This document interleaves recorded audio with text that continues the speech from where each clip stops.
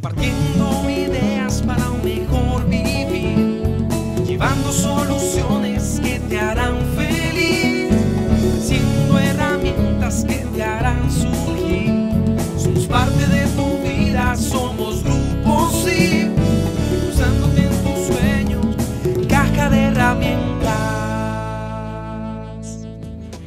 En época de vacaciones, cuando los hermanos pasan más tiempo juntos, es normal que haya discusiones, que haya pleitecillos. En la mayoría de los casos, la cosa la verdad es que no va a ir más allá. Sin embargo, algunos conflictos entre hermanos se convierten en verdaderas desavenencias que los convierten en rivales. E incluso con el tiempo y ya grandes, como acabamos de escuchar en los testimonios, en enemigos. De hermanos que no son muy hermanos, hablaremos en este buen día con Wagner Duarte, psicólogo, es el director del grupo del Centro de Investigación para la Persona, el Grupo SIP, y nos acompaña en este buen día. Un gusto. Primera vez en el 2015, ¿verdad? Sí, sí, sí, sí. Feliz año, si se vale decirle todavía a la gente. Por supuesto, feliz año. todavía. Yo todavía que Dios los bendiga un feliz montón año. y que sea un año de muchos éxitos. Igualmente, Wagner, muy amable. Lo que acabo de decir es que siempre va a haber pleitecillos, Wagner, entre hermanos. ¿Qué va a hacer que una desaveniencia con un hermano se convierta en un conflicto como el que escuchamos ahí de que no lo quiero ni ver, yo no fui el que... Ok, sí, lamentablemente, Edgar, eso no pasa de la noche a la mañana ni pasa por un pleitecillo, ¿verdad? Yo creo que precisamente para poder responder a esa pregunta tenemos que profundizar mucho al respecto en función de muchas variables que hay que poner sobre la mesa de conversación. Una de las cosas que creo que es importantísimo decir el día de hoy es que cuando venimos a trabajar el tema de la familia, a veces como que se nos olvida que la familia es como una empresa. Yo lo digo de esta forma, de una manera más sencilla. En una empresa hay departamentos.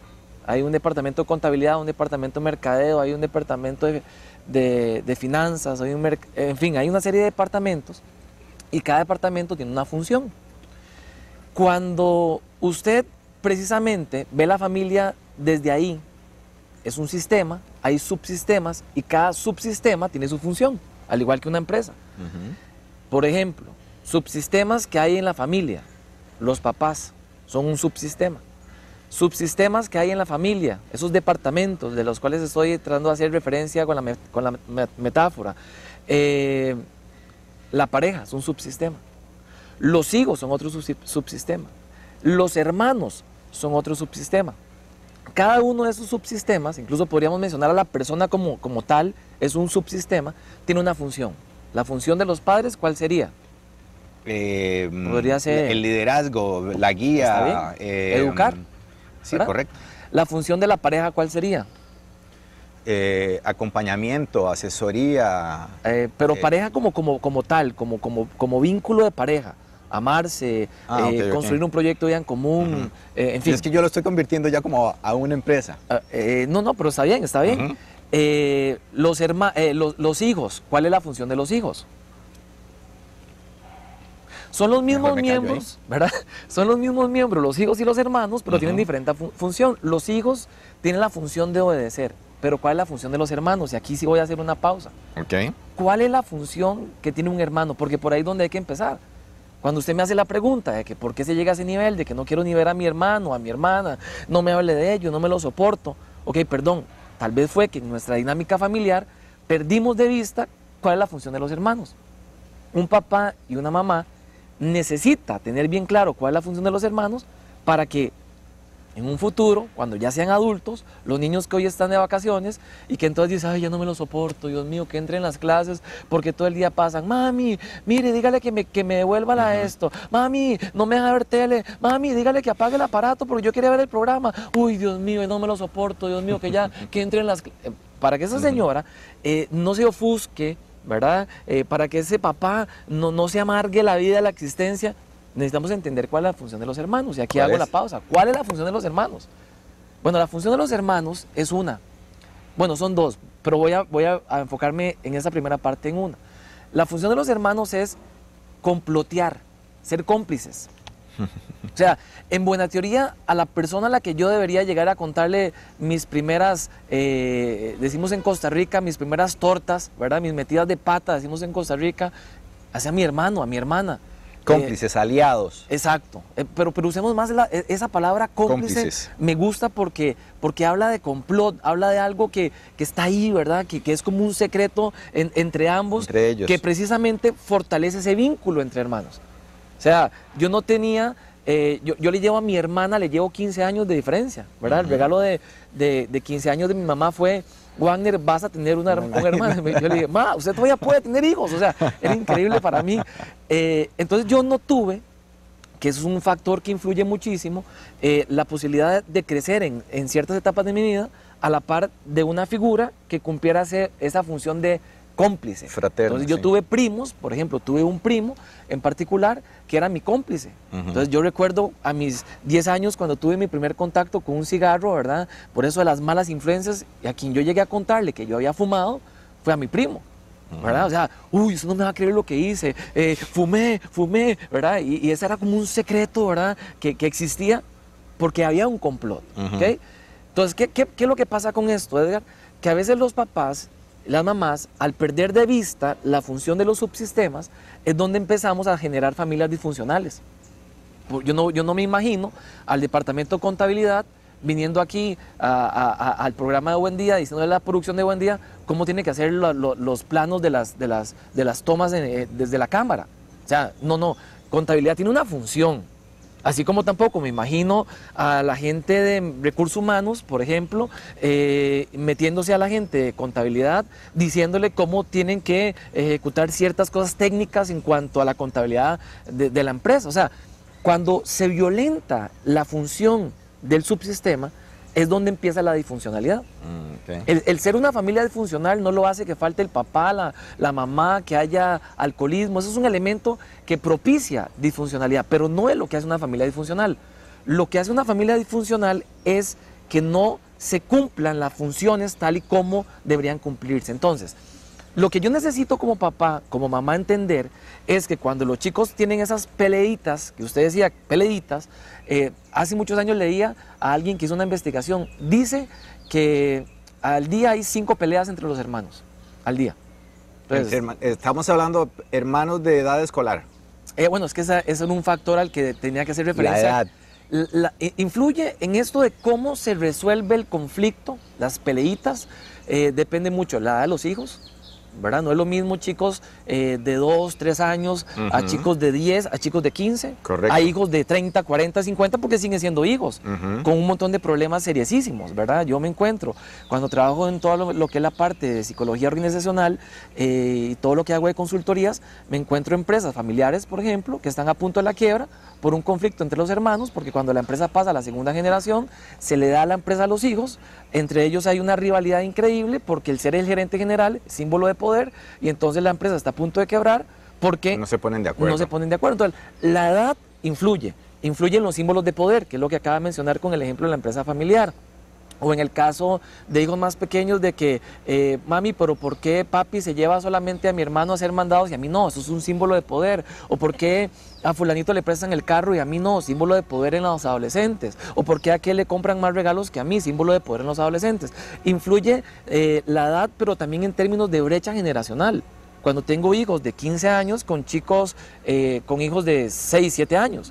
Entonces llegan los amigos de mis hijos de 15 años a la casa y el de 7 se mete al cuarto, ¿verdad? Y el de 15 lo saca inmediatamente del cuarto y entonces empieza la discusión y el pleito que mami no me deja estar en el cuarto de él.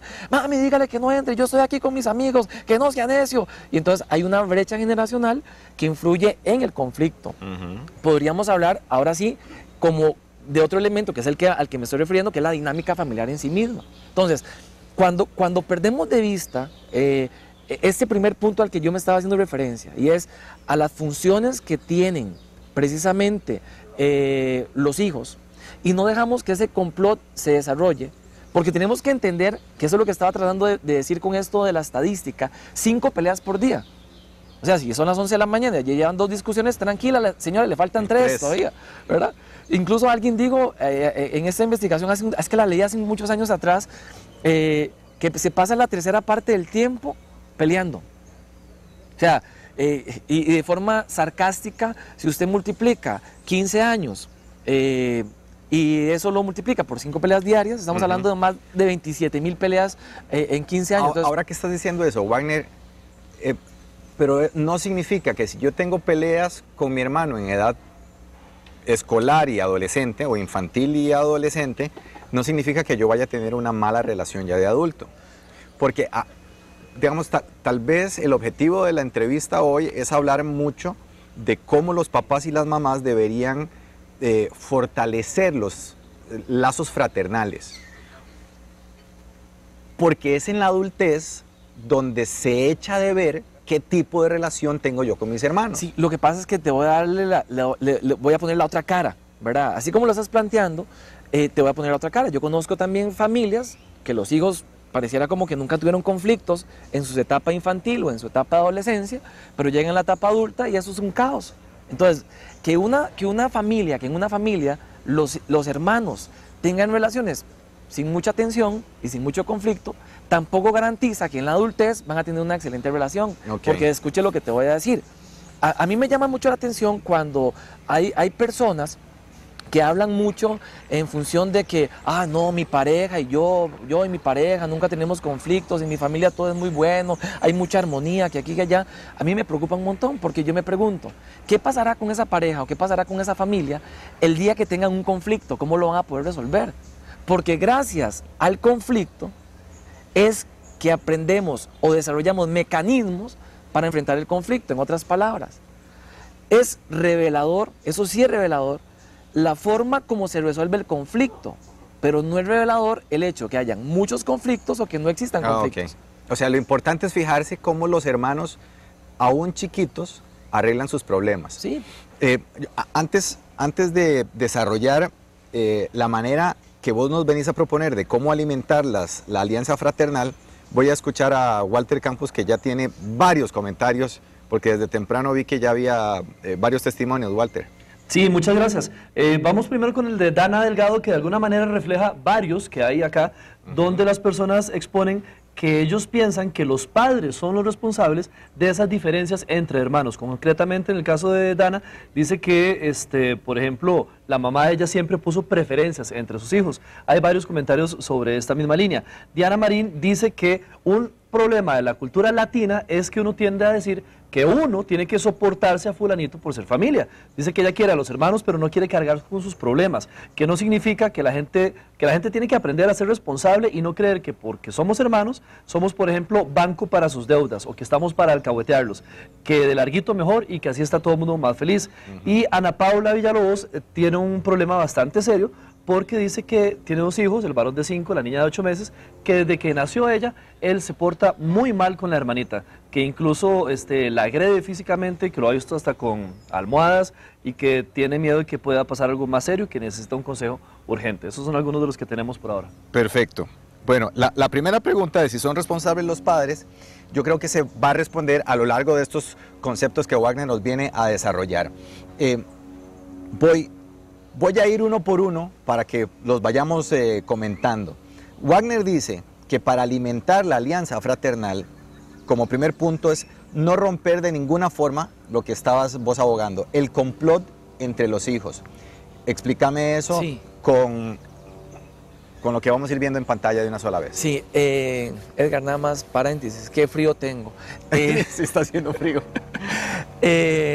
A mí me parece que es muy importante enfocarnos en ese aspecto, ¿verdad? Porque sí creo que los papás influyen, no determinan, pero sí influyen. Tienen cierta responsabilidad y hay dinámicas familiares, don Oscar, gracias, que definitivamente generan un impacto. Desde ahí hay que entender que hay cosas que a veces los padres de familia hacen sin mala intención, porque aquí quiero dejarlo bien claro. Un padre de familia cuando rompe el complot entre los hijos no lo hace con mala intención, lo hace simplemente por falta de información. ¿Y qué pasa con esto? Que muchas veces lo que se hace es que se le asigna a uno de los hijos un rol que no debe asumir. Por ejemplo, si a un hijo mayor se le da el rol parentalizado, que es lo que le llamamos en terapia de familia, que es un rol parentalizado, un hijo con rol de padre. Entonces la mamá va a salir a hacer un mandado. Me lo cuida. Y le ya dice, vengo. Usted es el responsable. Si su hermano se jala alguna torta, a usted me lo sueno cuando vuelva. Entonces, ¿qué es lo que pasa? Que entre esos hermanos no hay una visión de ser cómplice, sino por el contrario, usted, decimos en Costa Rica, usted es el sapo, usted es el que siempre anda... Siempre me tocó cuidarte. Echándome al agua, pero estoy pensando desde el que dejan bajo cuido. Y el otro, obviamente, comienza a tener cierto poder sobre el hermano, que en algún momento, ya eso es otro tema, en la dinámica familiar, en algún momento se pasa la factura. Ya cuando el papá o la mamá quiere ejercer autoridad sobre ese hijo a quien se le ha dado poder, cuesta un montón porque se dan luchas de poderes porque se le ha asignado poder. Entonces yo tengo que darme la oportunidad como papá y como mamá de no caer en ese error. Es más, vea cómo se lo voy a plantear. Errores comunes que están muy asociados a esto que estoy planteando. Hay una discusión. Hay 7 cosas muy paralelas a lo que estoy planteando, que son las cosas que los papás hacen y uno debería tratar de no hacerlas. Muy rápido las menciono nada más. Número 1, cuando se viene el conflicto, los papás muchas veces evidencian, o más bien enjuician a uno de los chicos. Es que usted es el culpable, porque es que usted debería entender porque usted está más grande. Generalmente enjuician sin tener la información completa del conflicto. 2, culpan al que está más grande porque consideran que él debería comprender mejor. Ser más responsable. No, si también el chico de 9 años, 10 años, tiene también sus necesidades y tiene su necesidad de potenciar ciertas áreas en su vida, por consiguiente tampoco crea que tiene más recursos que el otro, también está en ese plan de desarrollo. Muchas veces lo que se hace es incluso aliarse con el menor. Y entonces desde ahí estoy rompiendo otra vez el complot, me alío con el menor. Y pobrecito, venga papito, no, ejemplo, voy a ponerte un ejemplo en la práctica. Estoy en un evento público, tengo una familia al frente y yo estoy detrás viendo todo lo que está sucediendo. Desfile de septiembre, 15 de septiembre. El 15 de septiembre. Llega el chiquito más pequeño, le pega una patada por detrás al del medio, el del medio se devuelve, le dice, ¿qué le pasa? Y lo empuja. Para mala suerte del medio, el papá en ese momento vuelve a ver y cuando vuelve a ver, ve que el del medio está empujando al menor. Comienza a regañar al del medio, le dice al del medio, mire fulanito, eso no se le hace a su hermano, papi, pero es que me pegó, se calla, y lo va agarrando de la oreja de Edgar. En ese momento el chico del medio comienza a gritar, comienza a llorar, el otro también hace su rabieta, la mamá se involucra en el conflicto, se genera un mal ambiente en ese momento y por vergüenza se retiran todos del evento. Cuando usted ve eso, en ese ejemplo que estoy poniendo, todo se cumple. 1, el papá enjuicia sin tener evidencias. 2, se alía con el menor. Número 3, se responsabiliza al mayor. Esas cosas, sin darse cuenta uno como papá, comienzan a romper el complot. Tras de eso uno llega como adulto. ¿Quién fue el que empezó? ¿Quién fue el que empezó? Edgar, seamos lógicos y racionales. ¿Cuál hijo va a decir? Yo, mami, yo fui el que empecé. No, todos vamos a tratar de buscar la forma de vernos por inocentes, sí, ¿verdad? Claro. Y entonces, cuando esto no lo hacemos de una forma efectiva, entonces estamos rompiendo ese complot. Yo no puedo por nada del mundo asumir esas actitudes y me vuelvo al comentario original. Ni tampoco asignarle a uno de los hijos una función que no les compete. Cuando usted le pide a uno de los hijos que juegue una función que no debería ser una función de hermano, sino que es una función de papá y de mamá, estamos rompiendo el complot. Y por eso alguna gente dice que los papás son responsables a la hora de que esto se genere, porque sí es cierto, la dinámica familiar influye. Entonces yo como papá y como mamá tengo que asumir mi responsabilidad. Algunos pueden estar diciendo, oh, Wagner, qué lindo que habla, ¿verdad? De la utopía, qué lindo. Yo soy sola. Primero no es sola, ¿verdad? Pero las señoras dicen esto, yo soy sola. El papá de mis hijos se fue con otra mujer. Yo tengo ahora 4 hijos que atender. Si yo no hago eso, entonces ¿cómo hago yo para salir adelante? Yo tengo que ir a trabajar desde temprano y entonces qué bonito, como él lo plantea. Ya lo viera él en la situación de uno. No, señora, yo entiendo que hay historias de historias, pero asumamos la responsabilidad. Si nosotros nos brincamos este principio, que no me lo invento yo, ni me lo estoy sacando de la manga, es un principio, ni tampoco es un principio romántico, es un principio que la psicología ha estudiado, ¿verdad? Y la psicología lo establece como un pilar para que se desarrolle relaciones de cómplices, porque lo peor es que, vea, si yo vengo, y usted no me dice qué fue lo que hizo su hermano, al que me lo suena es a usted. Sí, que eso es lo que vos llamabas en el texto que sale ahí, es el rol del campana, ¿verdad? El que anuncia lo que está pasando. Ahí voy a repasar este primer principio. No romper este complot significa no asignar roles de padre a uno, no pedirle cuentas a uno del desempeño del otro y no amenazar a uno con que tiene que decirme lo que el otro hace. Pasemos al siguiente Excelente. punto. Tenga un rol claro en momentos de conflicto entre ellos, entre los hijos. hermanos. Sí, eso incluye, y aquí lo voy a leer, Wagner, es supervisar que no haya agresión, generar diálogo para sensibilizar la importancia de la relación de hermanos, que eso me lo vas a ir explicando, abrir espacios para que ellos compartan experiencias que fortalezcan su vínculo. A veces, Edgar, obviamente nos estamos brincando la parte como lógica del tema del día de hoy, ¿verdad? O sea, para yo poder... No, yo lo siento muy ligado. Yo creo que la gente va entendiendo, ¿verdad? Que la relación de hermanos que son enemigos nace de un vínculo que no se desarrolla del complot entre ellos. Total. Pero cuando me refería a la parte lógica, me refiero a que para usted hacer esto necesita cosas básicas. Por ejemplo, mantener la calma como papá, no lo he mencionado y no lo voy a mencionar hoy ni lo voy a profundizar. Pero lógico que si usted tiene que hablar el rol que tiene que jugar con sus hijos cuando hay un conflicto, eso implica que usted como papá tenga cierto nivel de calma. Hay un principio fundamental. Si yo no tengo tranquilidad, no puedo tener claridad. Entonces yo tengo que regular mis emociones, estimular mi inteligencia emocional, mantener la ecuanimidad. Si yo soy parte del conflicto y mis emociones se desbordan, yo ya no voy a poder cumplir ese rol que yo tengo que jugar con los hijos. Le diste, por ejemplo, el hecho de tomar un rol donde muchas veces yo no llegue incluso a cortar con el conflicto, con agresión. ¿Verdad? Entonces, a veces hay papás y hay mamás que los ven discutiendo y agarran la faja y a los dos les pegan. Ahora sí, no sé quién empezó, pero tomen, a los dos les doy. No, a eso me refiero con tener claro cuál es mi rol como papá. Tampoco puedo ser el puente.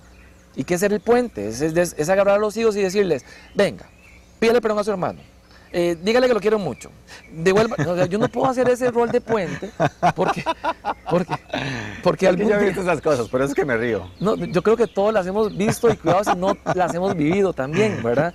Entonces, yo no puedo tomar ese rol de puente porque el día que yo falte como papá, el día que yo no esté como mamá, yo necesito que ellos aprendan a resolver entre ellos. Ok. Me gustaría que te detengas en ese punto. Voy a escuchar a Andrea, que ya hizo su llamada telefónica. Andrea, ¿cómo está? Buenos días. Hola, buen día, Edgar. Un saludo cordial. Los felicito por el programa. Gracias, Andrea. ¿Y ustedes? Adelante con tu comentario. Tema, me cayó como anillo al dedo porque Qué bueno. Es una experiencia que estoy pasando en este momento. Compartírselas brevemente. Básicamente, toda la experiencia como Wagner hace 17 años. Mamá, la noticia que íbamos a tener una hermanita. Ajá. Éramos en ese momento. ¿Eran cuántos? Perdón, Andrea, ¿cuántos? Mayor que yo y yo, ¿verdad? Ok. Fue una experiencia muy linda porque pues llegó a ser la casa, la chineada, 15 años de diferencia, pues vino a marcar mucho en la vida de la familia y bueno, era la bebé, la consentida.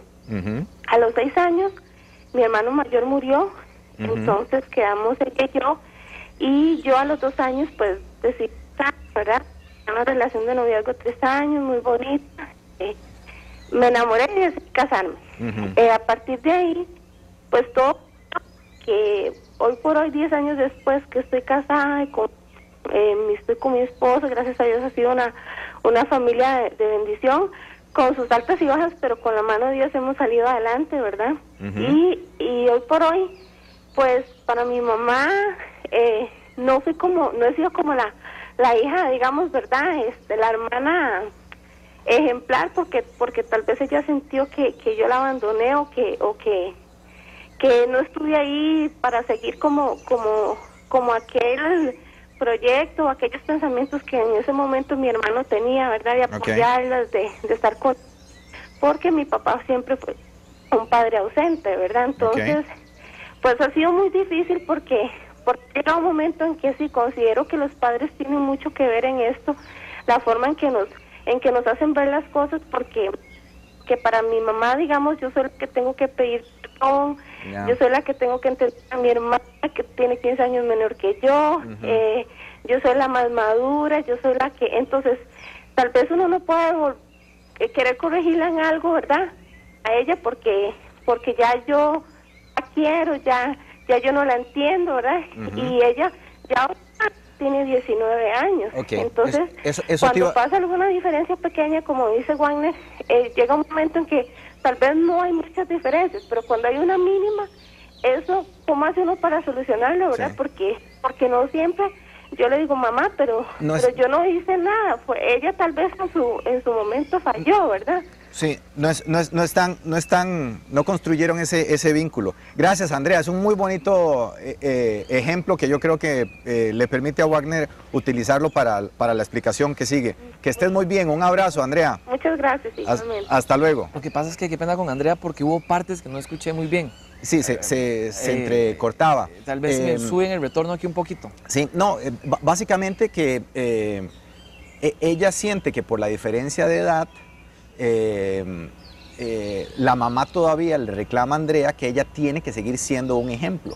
Y es esos casos de que usted la tiene que asesorar, de que ella siempre tiene la culpa.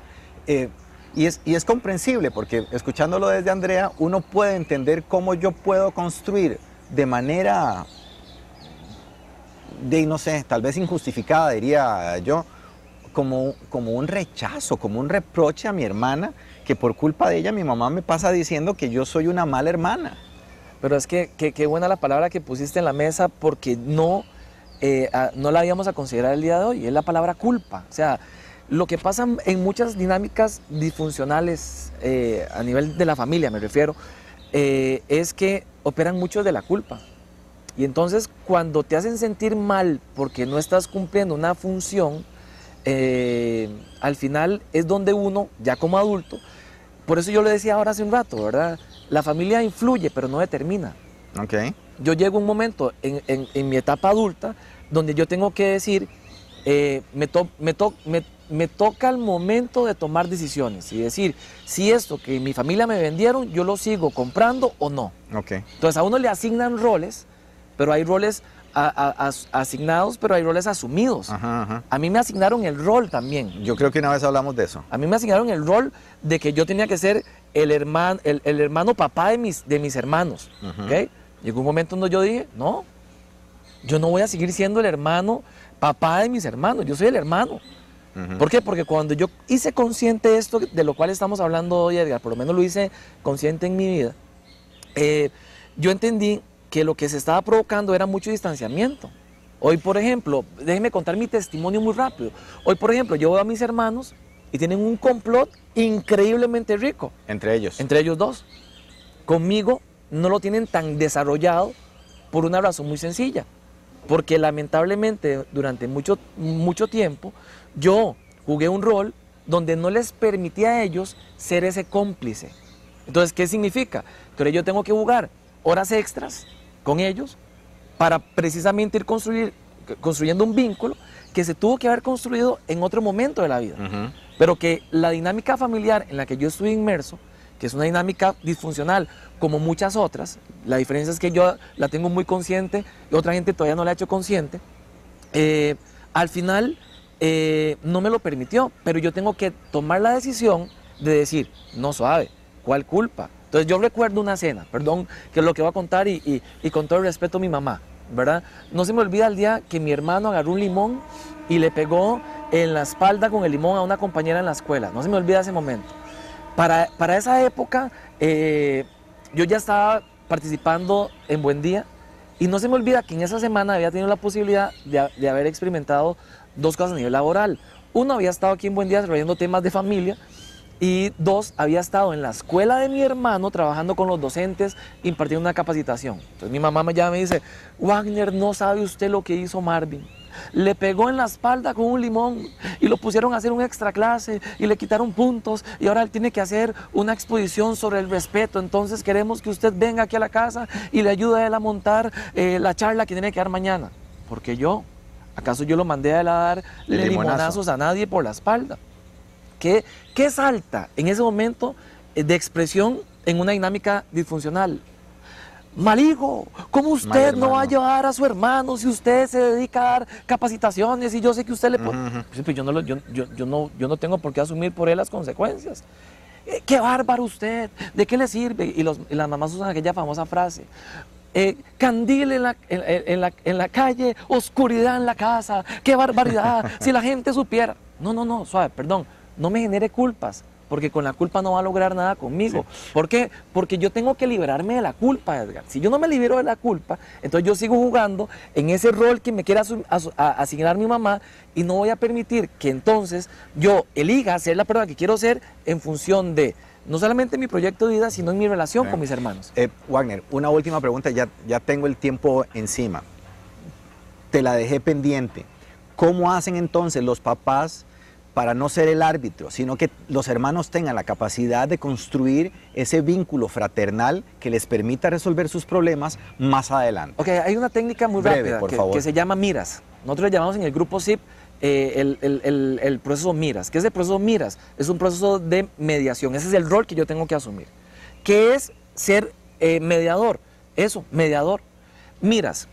Aprendámonos esto, lastimosamente no te lo bien las notas, es M de molestia individual. Me voy a sentar después de un conflicto a conversar con cada uno de mis hijos para conocer cuál es la molestia individual que cada uno tiene. ¿Okay? Cuando yo llego y hago esto, ya estoy cumpliendo con la M y con la I, molestia individual. Okay. Es un acróstico. Okay. Yo llego, conozco la molestia individual de cada uno, para ahora sí llegar ahora a vivir la R. ¿Qué es la R? Reunión en conjunto. Okay. Llevamos ahí dos elementos. ¿Para qué? Para llegar a un acuerdo y después le vamos a dar un seguimiento al acuerdo. ¿Acuerdo? En el grupo SIP le llamamos a esto el proceso miras. Ok. Yo me reúno con cada uno, sondeo cuál es la molestia individual, hago una reunión en conjunto en donde vamos a plantear cada uno las molestias. Yo no voy a decirle al hermano X, mira, es que tu hermano me dice, no, yo voy a mediar la conversación. Ok, nos vamos a reunir, yo quiero que vos le digas a tu hermano qué es lo que no te gusta cuando discuten. Ok, mami, no, a mí no, dígaselo a él. Es que cuando usted y yo peleamos, usted me agarra el pelo, o usted me dice o usted gorda, se mete en mi cuarto, o usted me dice cuatro ojos, o usted me dice, ¿verdad? O usted se mete en mi cuarto y todas mis cosas. Ok, listo.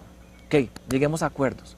Usted en la reunión individual que tuvimos me dijo que le gustaría que su hermano hiciera esto y proponemos acuerdos. Okay. Y le voy a dar seguimiento. Ahora, importantísimo. Ya con esto cierro. Yo necesito, Edgar, nada más decir esto, porque de esto no me puedo ir y terminar el día de hoy sin decirlo. Muchas veces, detrás de un conflicto, hay otras cosas, y ese es el punto, mi mensaje final. Cuando queremos cambiar comportamientos sin comprender la necesidad que hay detrás, es muy probable que estamos en el rol equivocado. ¿Okay? Si yo lo que quiero es que los hermanos cambien la forma de resolver el conflicto, voy a tener que comprender qué es la necesidad que hay detrás. Tal vez la necesidad es que él respete mi privacidad. Atendamos la necesidad. Tal vez la necesidad que yo tengo es que yo percibo que hay preferencias, como alguien escribió en los comentarios que decía Walter. Y entonces los hijos tienen la necesidad de sentir esa seguridad de parte del papá o la mamá. Entonces yo tengo que atender la necesidad. Cuando atendemos la necesidad y no el comportamiento, es más fácil resolver el conflicto. Ejemplo rápido, concreto, voy a tratar de ponerlo muy rápido, yo sé que estamos sobre tiempo, ¿ok? Y me voy a salir del área de la familia para que lo vea que es en términos generales. Hay una persona que está en una relación de pareja, ella llega, comienza a tener celos con el esposo, van a terapia, el esposo dice, yo me voy a divorciar porque ella me controla, se mete en mi celular, se mete en mi Facebook, me busca las claves sin permiso, y eso ya me tiene cansado, me asfixia. Cambia eso y ella y yo somos diferentes en la relación. Ella dice, Wagner, no es que yo lo controlo, es que yo una vez lo pesqué a él hablando por mensaje de texto, comunicando por mensaje de texto, en una llamada telefónica y vi que estaba a punto de ser infiel. Sí, dice él, tiene usted razón, pero al final no lo fui. Gracias a Dios no me confundí más y salí de eso rápido. Entonces, él quiere que ella cambie una conducta, pero es que él no ha entendido que ella tiene una necesidad de sentirse segura, de sentirse amada. Cuando él llegue y ella tenga conductas de celos, en lugar de decirle, ves, es que eso es lo que no me gusta, ¿por qué te metes a mi celular? Es el momento de empatarse con la necesidad y decirle, mi amor, ¿sabes qué? Eso te generó una inseguridad. Ese temor. Pero hoy te quiero recordar que si hoy estoy con vos es porque te amo y te quiero recordar que sos lo más importante en mi vida. Cuando una persona, sea en una pareja o sea en una familia, atendemos la necesidad y no el comportamiento, es más fácil que el comportamiento se acabe. Okay. Muchos chicos tienen conflictos entre ellos porque uno de los dos está dando el mensaje a través del comportamiento de rivalidad, conflictivo y tenso, de que ámenme a mí porque prefieren más a mi hermano. Y si el papá y la mamá atendieran la necesidad, es muy probable que el comportamiento cambie. Hoy hay muchas familias que están pasándola mal, hoy hay muchas familias que están proyectándose a un futuro incierto, lleno de tensión, de amargura y hasta de soledad. ¿Todo por qué? Porque un conflicto mal manejado genera dolor. Y cuando hemos dedicado el tema el día de hoy a hablar de esto, no estamos solamente hablando de técnicas para resolver conflictos, estamos hablando de la importancia de vivir uno en libertad y ante todo de uno ser una persona sana con quien pueda construir a la vez relaciones sanas. Los hermanos son una relación que se construye para el mañana. Y Edgar, Sí, son muy necesitamos importantes. darnos la oportunidad de entender esto y darle valor a algo valiosísimo, que son los hermanos. Ah. Los hermanos no se eligen, lamentablemente se aprenden a amar y es una decisión personal. Él es Wagner Duarte, psicólogo, es el director del Centro de Investigación para la Persona, el grupo CIP, 2253-7575. Compartiendo ideas para un mejor vivir, llevando soluciones.